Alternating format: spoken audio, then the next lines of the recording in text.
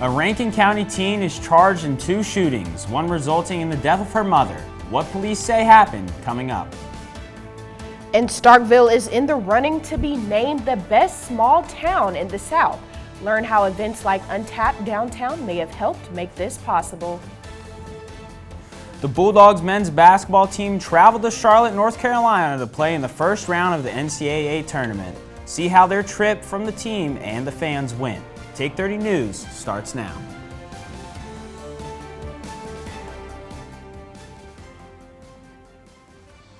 The body of a missing University of Missouri student was found in Tennessee. Thank you for joining us this evening. I'm Moriah Norman. And I'm Chris Dougherty. 22-year-old Riley Strain went missing 2 weeks ago after getting kicked out of a bar in downtown Nashville. Police say his body was found at about 7:30 a.m. today by a local worker in the Cumberland River. This was about 8 miles from the downtown area. Until today, the weeks-long search had been unsuccessful. His friends and family were unable to reach them during this emotional time. And right now, we really are focusing on bringing Riley home. His last point. He's my best friend. He's everything. No foul play was related trauma observed, and the autopsy is pending. The last of 6 white former Mississippi law enforcement officers have been sentenced for their role in the torture of 2 black men in January of last year. The hearing capped an emotional 3-day sentencing phase. All 6 pleaded guilty to a total of 16 felonies related to the racially motivated torture and sexual assault of Michael Jenkins and Eddie Parker, as well as their attempt to cover up their crimes. In their plea, the officers admitted to breaking into the home where the men were living without a warrant after being told the men were staying with the white woman. After each sentence, Michael Jenkins' father thanked the court. I've lived in Mississippi 68 years, and I've never seen justice like this. 6 sentencings, the Rankin County Sheriff said that the defendants had undermined the reputation of the Rankin County Sheriff's Department. A 14-year-old in Mississippi is being charged as an adult in a deadly shooting. The Rankin County Sheriff's Office said she shot and killed her mother before shooting and injuring her stepfather. Brooklyn Joyner has the details. There just feels like there's something missing. There's something wrong. It's like a level of caution of just that, you don't think that something like that would happen. According to Rankin County Sheriff Brian Bailey, the department received a call about a shooting Tuesday around 5:07 p.m. at home on Ashton Way in the Farmington Station subdivision in Brandon. When deputies arrived, they found a man who had been shot in the shoulder. What they heard next would be shell-shocking. The victim explained that when he came home, he saw his 40-year-old wife, Ashley Smiley, dead on the floor, and his stepdaughter, 14-year-old Carly Greggs, armed with a pistol. Within the blink of an eye, he says Greggs shot him in the shoulder. He tussled with her to get the gun before she ran to the backyard, jumped the fence, and took off. Lauren Martinez says she was inside the house when she received an alert from the neighborhood Facebook group telling neighbors to lock their doors. They said, everybody on Ashton Way, lock your doors at night. It turns out someone who is potentially dangerous is on foot. Additional deputies, as well as the Mississippi Highway Patrol helicopter, located Greggs not far from the house and took her into custody. Martinez says she still feels uneasy when walking out of the house. You can't fathom those kind of thoughts, and you just wouldn't think that the child would do anything like this. On Wednesday, after a youth court appearance, a judge ruled Greggs to be charged as an adult with murder and attempted murder. The 14-year-old girl was transferred to the Rankin County Detention Center, where she will be held until her next court appearance. A judge gave her a $1 million bond. The victim, Carly's mother, was an algebra teacher at Northwest Rankin High School. Greg is pleading not guilty. With us now is meteorologist Blake Joyner. Blake, how's the weather looking for the weekend? Well, it's been pretty wet outside the past few hours throughout the entirety of the state of Mississippi, and that's continuing to be the case as we go through the afternoon. We got some heavy downpours right now, a little bit north of Coffeyville there, and some other showers on the northern half of the state, and others down by Kosciuszko as well. Closer look at the Golden Triangle region. We just had a band of showers come through over the last hour, but those have wrapped up, but we will have some rain going through tonight. I'll have more details coming up later in full weather. Back to you, Chris. Thank you, Blake. Mississippi State University's College Town has had some recognition headed its way. Take 30's Amy Sellers traveled to downtown Starkville today. She's in the newsroom with us to tell us more. Amy? Thank you, Chris. Everyone here at MSU seems to think that Starkville is the best town, and it seems like USA Today has taken notice of that as well. Earlier this month, USA Today announced its list for top small towns in the South.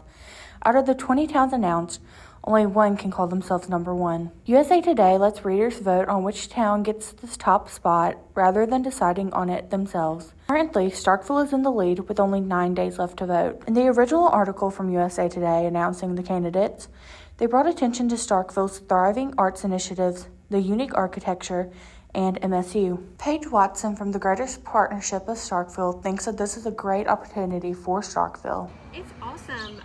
We have had a lot of support for this voting initiative, and we hope that we win. But it is really, really special to be recognized for all of our community development efforts, for sure. So, and we're glad that other people think that we're awesome too. In part of the community development efforts, Starkville hosts events to help promote the local businesses and get residents out to enjoy Starkville. One of these events happening tonight is Untapped Downtown. Untapped Downtown features several different local businesses that will each have a unique craft beer available for shoppers to try. In addition to that, the participating shops will have at least 20% off of all merchandising. To end, Watson says that getting this accolade would be a testament to Starkville and its people. Branding things that we can add, like we'll always, be able to put that feature there and that recognition there and that accolade. But no, I think it's just kind of a testament, and we'll just kind of keep doing what we're doing. So, but we are definitely very appreciative and hope everyone can get the word out to help us vote. If you love Starkville and want to support it in some way, tickets for Untapped Downtown are available online for $20, and voting for Best Small Town is on USA Today's website. For Take 30 News, I'm Amy Sellers. Thank you, Amy. Jewish students of Hillel at Mississippi State University are working to spread awareness. Their Hate Ends Now exhibit is one way they are working towards that. Take a look. A traveling exhibit rides throughout the nation, making pit stops to teach history. The Hate Ends Now cattle car travels throughout North America, but the Holocaust exhibit parked at the Mississippi State campus to bring Holocaust education to the city of Starkville. We're there for questions and helping, but I get to manage the handling of the artifacts and making sure everything is safe and put out properly and taken care of. Daryl English, a private collector of Massachusetts, provided historic artifacts of the Nazi period, including Hitler election posters, German coins, Nazi propaganda, and the clothes that Jews wore during their time living in concentration camps. And we're very lucky because a lot of private collectors really like to keep their collections to themselves. Once they find it, they don't want anyone else to see it. So we're very fortunate that he wants us to use it for educational purposes. Yeah. But after looking at artifacts, people could walk through the cattle car to relive Holocaust moments for themselves. About 100 Jews were pushed into the darkness of this cattle car, only given 2 buckets, one with water and one to use the restroom. Today, people were able to come in and get that experience of this replica cattle car, where they watched a video of a personal Jew experience where she thought she was headed to the border, but instead she was separated from her family and pushed into a concentration camp. This exhibit will never amount to the full experience of Jews during the Nazi reign, but giving people the opportunity to step into the dark freight train will actually illuminate their understanding of history. And through that, people can take a step forward to the future. For Take 30 News, I'm Moriah Norman. This event is co-sponsored by Hillel, the Jewish Student Association, MSU Extension, and a host of others. Thank you, Moriah. Coming up, hundreds of seniors like myself are getting ready for graduation and picking up their cap and gowns this week. If you haven't got them yet, don't worry, you still got time. We'll tell you how to get them after the break. Farming can be a tough way to make a living. Weather, pricing pressures, and unpredictable swings in demand can take a toll, not only on farmers' finances, but on their mental health, as well as that of family members and farm workers. That's why Mississippi State University is spearheading a program to train extension agents to detect the signs of depression, substance abuse, and other stress-related challenges. Everyone has a bad day, of course, but this holistic view of a farmer's circumstances enables MSU representatives to recognize the difference between routine struggles and deeper, more serious issues. It may be a tough conversation, but the sooner it gets started, the sooner farmers can get help to better manage stress and continue the important work of growing the products our world needs. Caring for farms and farmers. Mississippi State University. Welcome back. The MSU men's basketball team traveled to North Carolina for the NCAA tournament. Chris Dougherty joined the team, and he tells us what the trip was all about. Chris? Thank you, Moriah. March Madness is upon us, folks, and Starkville had high hopes this year for Mississippi State's men's basketball team. I followed along the Bulldogs east to find their first round. How about y'all just take a look? Bulldogs started dancing Thursday afternoon. My team and I decided to take the long drive through the night from Starkville to Charlotte to watch the Bulldogs take on the Michigan State Spartans. When me and my team first got to Charlotte, we were a little early, so we made sure we got to experience some parts of the city and look at Charlotte as a whole. But then, it was game time, as the Bulldogs walked out of their team hotel to fanfare from various fans and cheerleaders. And not only the cheerleaders, but the band was out in full force to support the Dogs in their first-round matchup. Soon after this, the team bus pulled out from the hotel as fans waited patiently at the Spectrum Center, excited for the game to come. There's a reason Michigan State has 19 wins. It's a bad team. Dogs by 90, baby. Shortly after, we were all allowed inside the stadium as me and my team took in the breathtaking scene that is March Madness and the fans that come along with it.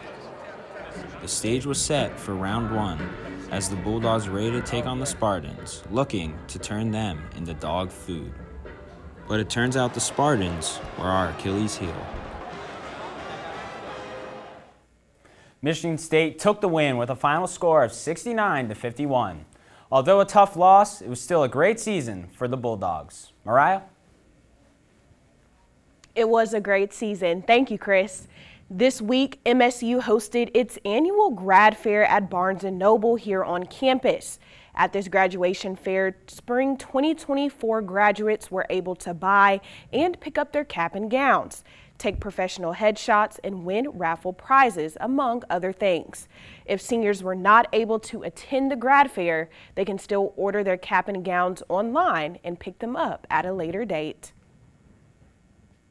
An organization on Mississippi State's campus is dedicated to creating a home away from home for Indigenous students, faculty, staff, and allies on campus. Tiara Tidwell has a story. Welcome to the Beading Circle. The Indigenous Student and Allies Association at Mississippi State University hosted a beading workshop this week where attendees learned how to bead keychains. Beading is a traditional pastime in many indigenous cultures, and ISAA wanted to highlight that with this workshop. Michael Wilson is the Vice President of ISAA and says the purpose of this workshop was to spread awareness of the beading that is done in indigenous cultures and the work that is done to create the delicacies. We tend to sell things sometimes, and people don't know what goes into making the things that we sell, and so this is kind of a way for us to show how hard it is and how long it takes, and the blood, sweat, and tears that we put into our handwork. Alexis Robertson is the social media chair of ISAA and says the purpose of events like these is to bring the indigenous community in Starkville together. It was made to bring about people on this campus who are Indigenous and also a safe place for them, and also people who want to learn more about Indigenous cultures who may or may not be like Indigenous themselves. Wilson says his favorite thing about ISAA is that it is very inclusive. It's just welcoming to everybody, and we just want to have fun and do what we do. ISAA plans to host several beading workshops and other events throughout the semester. With Take 30 News, I'm Tiara Tidwell. To learn more about this organization and stay up to date with their latest events, go to Cowbell Connect and search ISAA or follow them on Instagram at ISAA_MS State. Spring has officially sprung, but that doesn't mean we are done with the cold yet. Definitely not. Next in weather, Blake Joyner has all you need to know with the weather heading into the weekend. Mississippi State University, student-led teams are taking one of the country's biggest health issues to heart. Out to unravel one of science's unsolved mysteries, researchers in MSU's Department of Agriculture and Biological Engineering are asking why and when healthy cells in human arteries can begin changing into bone-like structures that hamper blood flow. This calcification contributes to strokes and heart attacks, two leading causes of death in Mississippi. As part of their groundbreaking research, students are designing a 3D model that allows them to understand how arteries act within the body and what changes them.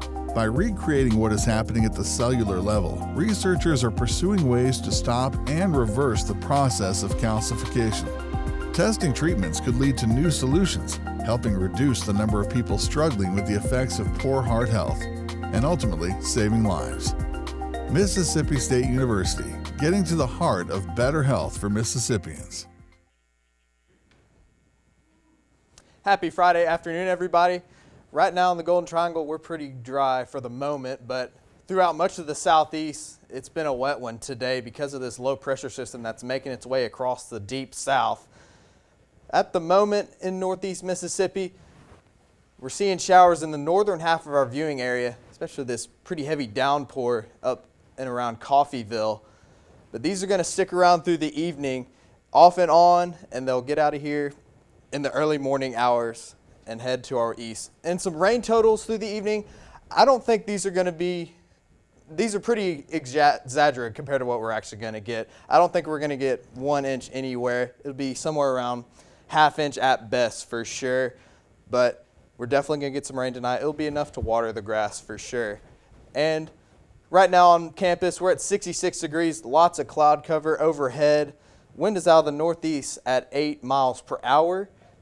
And for the rest of our region, 63 right now in Houston, 69 down in Macon, and 63 up in Aberdeen right now for temperatures. Now tonight we are going to drop down to 51 degrees here in Starkville, and again, the rain will be prevalent through the evening, off and on. Definitely going to want to get your rain jacket out if you're out and about tonight in Starkville. Wind will be out of the north at 8 miles per hour.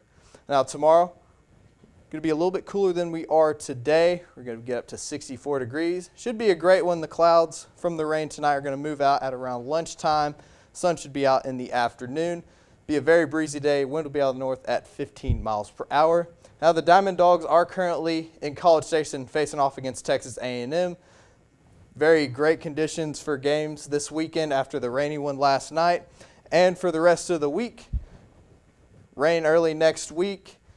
Sun this weekend, sun later on next week. Temperatures are going to be in the 60s for the majority of the days. Back to you, Moriah. Thank you, Blake. Spring football for Mississippi State and new head coach Jeff Lebby is here. What the coach has to say about the quarterback competition after the break. The sense of place. We all have it. Often grown from deep roots in small-town communities. At Mississippi State University, our Carl Small Town Center is strengthening these ties. With nearly 40 years of making a difference, we're revitalizing communities into welcoming places to work, live, and congregate. By weaving together the best pieces of our past with modern technology and amenities, we're creating the hometowns of the future. places where lifetime memories can be made, where you have all the things you need, along with all the things you want. Through partnerships with our communities, we're identifying improvement opportunities, recommending paths forward, and creating the plans for a better tomorrow. When it comes to making the world a better place, it's all in the numbers at Mississippi State University. Our big data science researchers are creating astonishing new algorithms to model human behavior and consumer activity to identify anomalous purchasing patterns. Interpreting the data creates heat maps that can signal fraudulent activity and even predict likely cybercrime locations and perpetrators. And as the only academic institution to team with a state-level DHS agency in the study of transactional data of the Supplemental Nutrition Assistance Program, MSU is helping prevent misuse while ensuring that benefits are being used as intended. These successes are opening doors for similar research partnerships with banking, insurance, credit card, and other data-intensive industries, leading to consumer confidence in online and other transactions. Making numbers count. Mississippi State University. Welcome back to Take 30, everyone. I'm Elizabeth Keene with this week's sports. It's been a busy few days across Mississippi State athletics, with more to come this weekend. Up first, MSU took on Texas A&M last night on the Diamond. Gavin Grahovic with Texas A&M, he puts the Aggies up early with this home run in the first inning. David Marchand says not so fast with a little bloop single to the outfield. That will score Johnny Long. He's running fast to get there. And Hunter Hines decides he wants to add to this too. His blooper to the outfield as well scores Marchand from second and causes the outfielder to slip a little bit. Now Evan Seary was pitching a great game, 12 retired batters in a row. Nolan Stevens eventually came in with the bases loaded. Unfortunately, Gavin Grahovic once again gives the Aggies the lead with a grand slam way out there. Hunter Hines tried to make a way for the Dogs to get there, but it was just too little too late. 6-3, Aggies win. The Diamond Dogs will look to get back on track in the second game of the series tonight at 6 p.m. It hasn't been all bad news for MSU baseball this season. Last weekend, State picked up its first series victory against defending national champion LSU for the first time since 2003, even run-ruling the Tigers on Sunday. Here's what head coach Chris Lemonis has to say. Feels good. I can tell you that. I mean, the guys played great. Just a tremendous effort in all three games. The competitive spirit was really high. I challenged them on Thursday. You're going to be exhausted on Sunday afternoon just because every pitch matters so much, and I think I'm exhausted right now. It's just what a fun weekend.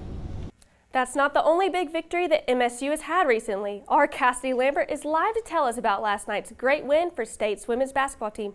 Cassidy, how important was this game? This was an important game for women's basketball as they were playing in the first ever WBIT, and they did not disappoint their fans who were able to see them win and advance. Mississippi State women's basketball faced Georgia Tech in the first round of the inaugural Women's Basketball Invitation Tournament Thursday night. Miracle Shepherd steals the ball and dribbles down the court, passing it to Drakayla Jordan, who shoots and scores. In a time and era where a lot of programs around the country have decided to check out, my team's never checked out, like I've told you. They're checked in, and most importantly, they're proud to put on that uniform. They're proud to represent this university, and they're playing their heart out. Mississippi State's bench scored 41 points to Georgia Tech's 6. Freshman guard number 22, Jasmine Brown Hager, scored 17 of Mississippi State's bench points. Starting guard Lauren Parklane breaks the single-season assist record of 202, which was set by Jasmine Holmes in the 2018-2019 season. I know a lot of the history behind Mississippi State women's basketball and like all the great players that have came through this program. So just having my name like in the record books here and only being here for 9 months, it means a lot to me. The Bulldogs managed to secure a 37-point win over the Yellow Jackets with a score of 84-47. The Bulldogs will move on to round 2 of the tournament when they face TCU on Sunday, March 24th at 2 p.m. Thanks, Cassidy. Unfortunately, State's men's basketball team did not have the same success, but that didn't stop fans from cheering the Dogs on. MSU students as well as Starkville citizens packed the Cotton District on Thursday to cheer on the Bulldogs as they open NCAA tournament action against Michigan State. Two Brothers Smoked Meats offered a variety of deals to encourage fan turnout, including $2 tacos. There wasn't an open seat in the house. Next door at Bin 612, student Sean Trusty shares that he enjoyed a more quiet viewing party. I mean, I just wanted to get out somewhere, sit down, be able to eat, and enjoy watching the basketball game with my other Mississippi State fans.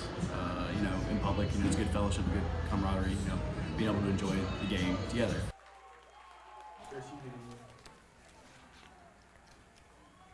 Hopefully, the Dogs will get to dance again next year.